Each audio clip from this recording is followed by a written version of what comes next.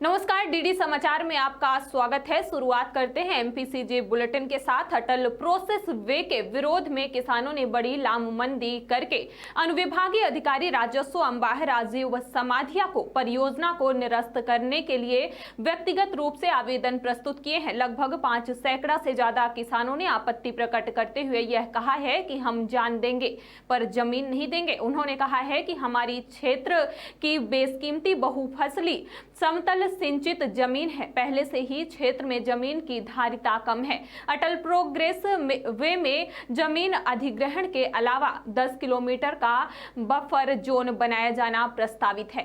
Sir को तो किन मांगों को लेकर किया? हमने जो आवेदन दिया है वो इस मांग को लेकर दिया है कि पहले जो सर्वे कराया था चंबल के बीहड़ के किनारे चंबल एक्सप्रेस बनाने का प्रावधान किया था और घोषणा की थी सरकार ने, और उसमें भू अधिग्रहण की कार्रवाई 1 बीघा के बदले 2 बीघा और मुआवजे की राशि तय करके उसका अधिग्रहण की कार्रवाई चालू हो गई।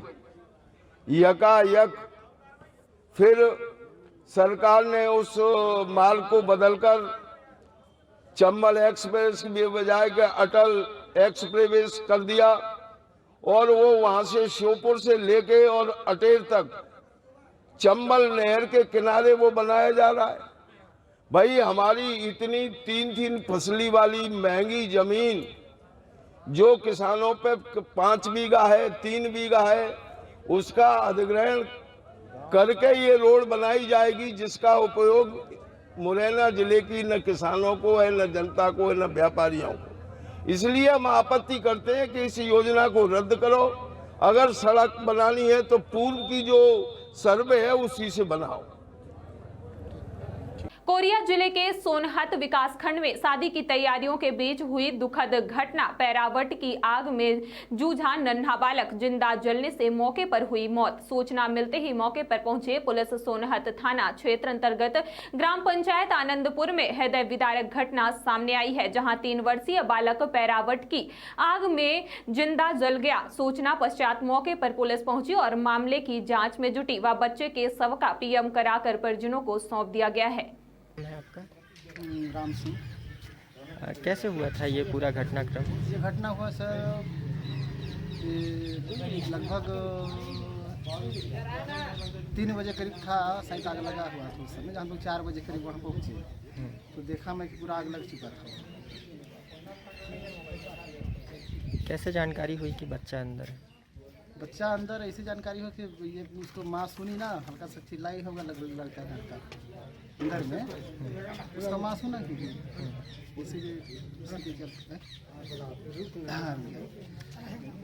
फिर बच्चे घर में कोई नहीं था क्या उसमें? घर में नहीं थे ना, उसकी माँ अकेली थी। है तो बच्चे पर माँ का नज़र नहीं था? नहीं, वो पुताई कर रही थी, उनके यहाँ शादी वादी है तो उसी के चक्कर में पुताई कर रही थी। तो बच्चा आग लगाने वाला पदार्थ कैसे उसके हाथ में आया? मतलब माचिस बच्चे के हाथ में था ना? हाँ, पता नहीं है, वो लड़का खेलते खेलते माचिस को घर में पा गया कि कैसे किया। फिर आग को कैसे बुझाया गया? आगों को गांव वाले के मतलब कि वहाँ इकट्ठा हुए हल्ला, जैसे इसकी माँ जैसे हल्ला किए ना, तो इसके बाद पूरा गांव वाले हम लोग पहुँचे जो आस पड़ोस के थे। उसी के तहत से फिर मेहनत किए, आग को बिताए। फिर तो तब तक लड़का जल चुका था अंदर में, तब तक बच्चे की जान चली गई।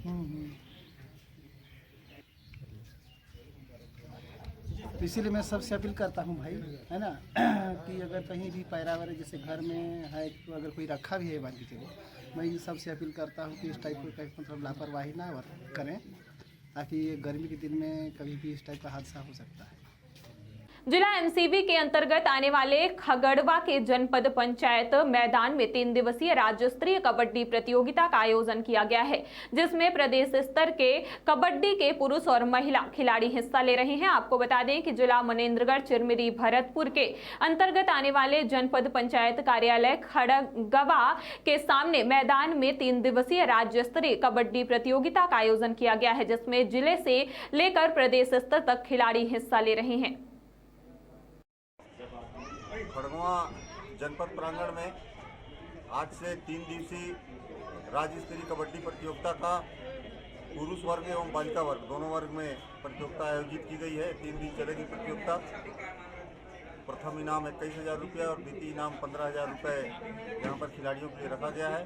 इसके अलावा अलग से शील्ड और अन्य प्रोत्साहन जो समिति द्वारा दिया जाएगा। खास तौर से देखा गया है कि ग्रामीण क्षेत्र में बालिकाओं को कबड्डी के लिए उचित मंच नहीं मिल पाता। इस बात को ध्यान में रखते हुए यहाँ पर ये कबड्डी प्रतियोगिता विशेष तौर से बालिका वर्ग के लिए रखी गई है।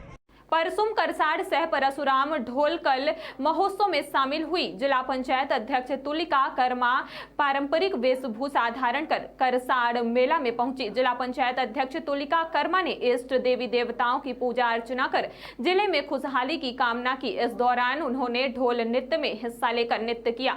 वहीं स्थानीय भाषा गोंडी में वीडियो संदेश देते हुए कहा कि बस्तर की संस्कृति व परंपरा की झलक देखने फरस सपाल मेला हमारी संस्कृति ही हमारी विरासत है। हमारे पूरे परिवार की ओर से मेले में पहुंचे समस्त आदरणीय जनों का आभार। कलेक्टर विनीत नंदनवार की अध्यक्षता में आज जिला संयुक्त कार्यालय के डंकनी सभा कक्ष में समय सीमा की बैठक संपन्न हुई। इस अवसर पर कलेक्टर नंदनवार ने जिले में संचालित विभिन्न विभागों के अंतर्गत निर्माण कार्यों की बारी बारी से समीक्षा की और अधिकारियों को निर्देशित किया कि जो ठेकेदार समय पर कार्य नहीं कर रहे हैं उनके विरुद्ध कार्रवाई करें। उन्होंने आगामी माह से शुरू होने वाली बोर्ड परीक्षाओं की तैयारियों के बारे में भी पूछा और सभी तैयारियां समय पूर्व करने से को कहा। स्वास्थ्य मंत्री टीएस सहदेव अपने बस्तर प्रवास के दौरान डीमरापाल स्थित सुपर स्पेशलिटी हॉस्पिटल का निरीक्षण किया। उन्होंने निर्माण की जा रही हॉस्पिटल की सुविधाओं और व्यवस्थाओं का निर्माण चार्ट पर जानकारी ली। निर्माण कार्य को समय सीमा में पूर्ण करने के निर्देश दिए।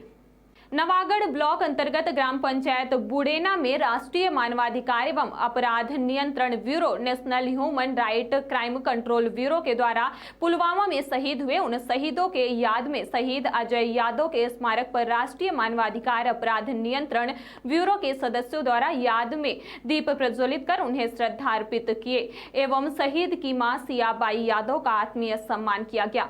अंबिकापुर जिले के प्रभारी एवं नगरीय प्रशासन एवं विकास मंत्री डॉक्टर शिव कुमार डहरिया के मुख्य आतिथ्य एवं संस्कृति मंत्री अमरजीत भगत की अध्यक्षता में 3 दिवसीय मैनपाट महोत्सव का रंगारंग शुभारंभ मंगलवार को रोपाखार जलाशय के समीप हुआ। महोत्सव का शुभारंभ दीप प्रज्वलन एवं राज्यगीत अरपा पैरी के धार का गायन के साथ किया गया। इस अवसर पर 78 करोड़ रुपए के विकास एवं निर्माण कार्यों का लोकार्पण एवं शिलान्यास किया गया।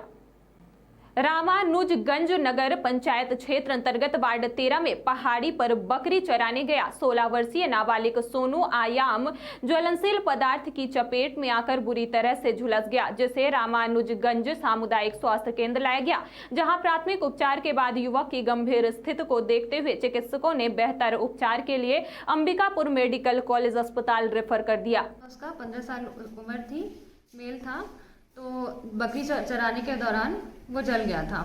बटालियन में जब बॉम्ब ब्लास्ट किया जाता है तो एक ऐसा था कि एक बॉम्ब ब्लास्ट नहीं हुआ था, तो बकरी चराने के दौरान वो जल गया और यहाँ गंभीर अवस्था में लेके आया गया था, जिसका प्राथमिक उपचार किया गया और 54% उसकी शरीर का हिस्सा जल चुका गया था। तो प्राथमिक उपचार करने के पश्चात उसको हायर सेंटर भेज दिया गया, जिसका आगे का उपचार वहाँ चले।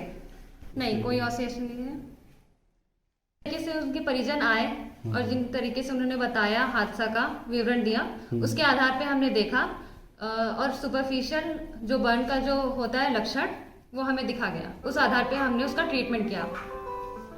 जगदलपुर बस्तर संभाग में भाजपा कार्यकर्ताओं की लगातार हो रही नक्सली हत्या के विरोध में भारतीय जनता युवा मोर्चा ने आज शहर में मशाल यात्रा निकाली। साथ ही प्रदेश में बढ़ रही नक्सली हिंसा, हत्या, बलात्कार, लूटपाट, चाकूबाजी व आपराधिक गतिविधियों के खिलाफ कड़ी कार्रवाई करने की मांग को लेकर पुलिस अधीक्षक को ज्ञापन सौंपा।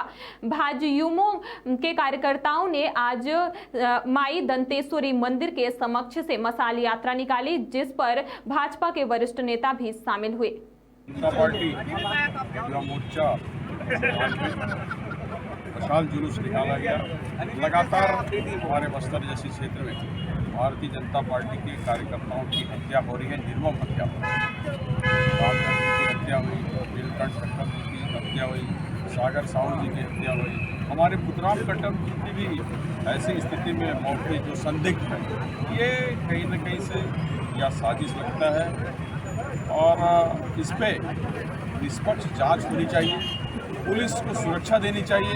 हमारे बहुत सारे कार्यकर्ता, केवल भारतीय जनता पार्टी के कार्यकर्ता आज मारे जा रहे हैं। क्या कारण है?